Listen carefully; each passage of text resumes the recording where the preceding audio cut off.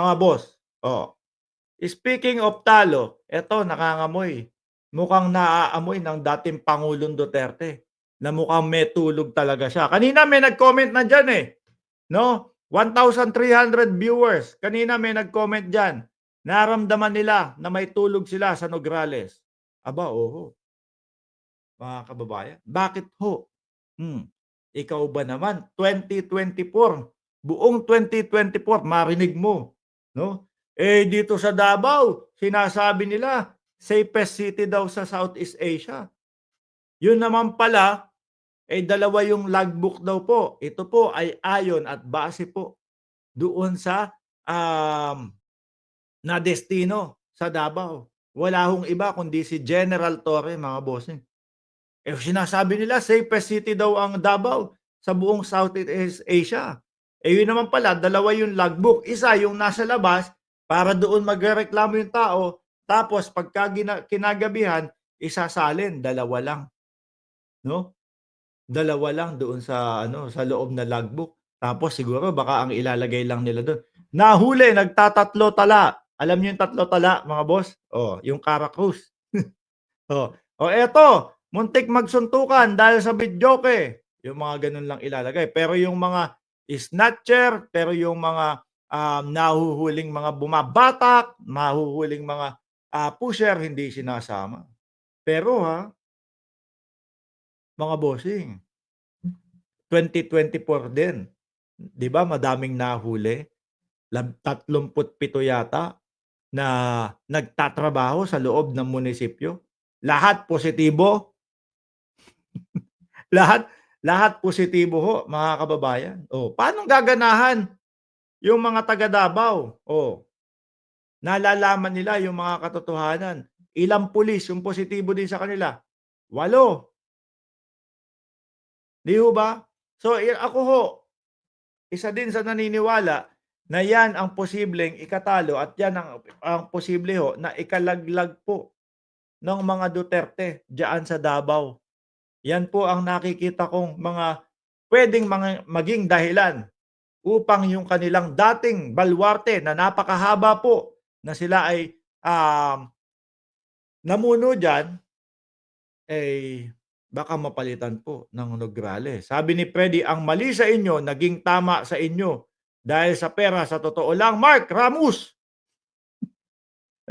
Ramos po, 'no, hindi ka masaya kasi ang tama naging mali sa inyo dahil sa pera. Wait lang, hindi ko makitang tama yung 20 to 30,000 na mga nategi, 'no? Karamihan do'n, eh, walang kinalaman sa droga. Hindi ko nakitang tama 'yun. Saan ba tama 'yun? Hindi ko din makitang, tama yung sinabi ng dating Pangulong Duterte na ano, sabi niya, eh, "Etong mga 'to, kumbaga binubuyo naming manlaban." Suko na, bubuyuin mo pa manlaban?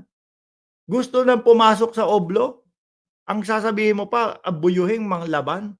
Oh, kitilin yung buhay ng isang tao. Eh, paano kung ang gusto nun, kapag nahuli ko suko na ako, tapos, makukulong ako, baka mamaya mabigyan ako ng pardon, baka mabigyan ako ng parol. Oh, para paglabas ko, eh, buhay pa ako para sa mga anak ko. May pagkakataong magbagong buhay. Eh, hindi, ang dating Pangulong Duterte sinasabi, binubuyo, na manlaban. Tama ba yun? Saan may tama yun? Sige nga, paki-explain, gusto kong malaman yung eksplanasyon niyo. Gusto kong maliwanagan dun sa eksplanasyon niyo na tama yun. West Philippine Sea, ano tamang naibigay sa atin? Yung sinasabi ni Roque na nung sila ang namumuno, eh, patago nilang kinukumpuni yung BRP Sierra Madre. Mga bossing, tayo may karapatan dun tapos patago na kukumpunihin. Sinisi pa si PBBM kasi si PBBM nagmamagaling, eh. Kapagka pinapaayos yung, BRP Sierra Madre, eh, kumbaga ipinangangalandakan, eh. 'Di ba? Sige nga, gusto ko lang marinig yung sinasabi niyong tama sila. Gusto ko lang marinig. kung tama ba yung sinasabi ng Vice Presidente na ayaw niya ipaliwanag kung saan napunta yung pondo ng confidential fund. Sige nga, tama din ba yung 250,000 isang safe house, isang gabi? Yung mga Kokoy Villamin na mga naririnig mo, tama?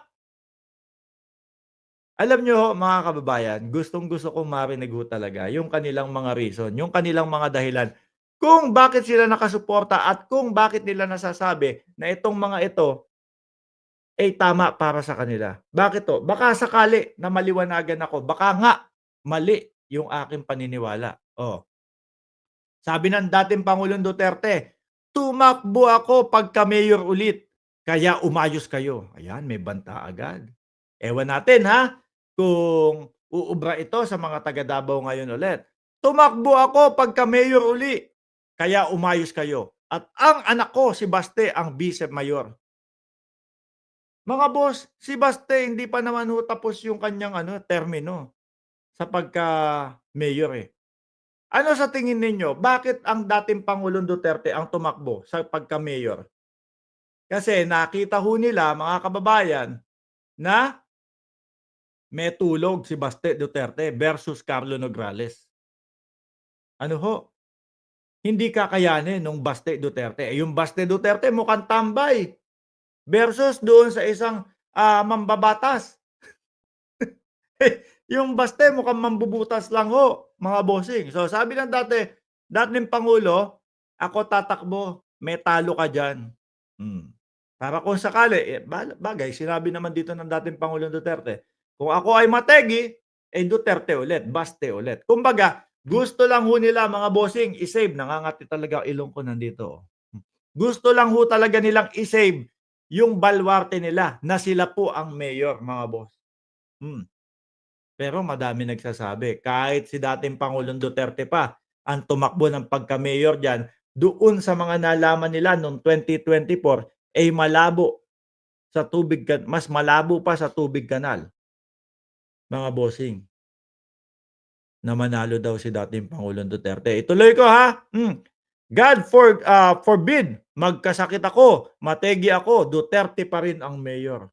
Oh, yun yung estilo ho nila, mga kababayan. Save the ano, kumbaga i-save yung upuan ng mayor, 'no? Kung sakali na mawala ang dating Pangulong Duterte, Baste ulit. Oh, ngayon mapapaisip kayo, 'di ba? Eh, ang dating Pangulong Duterte naman kita niyo na din, hindi na lingid sa ating mga kaalaman, mga bossing, na kahit ano konti na lang ho ito. Sabi ni Mary Grace Piatos, ibig sabihin gumulo ang Davao dahil kay Baste. Ha, ha, digong ginulo ba ni Baste? Oo, 'no?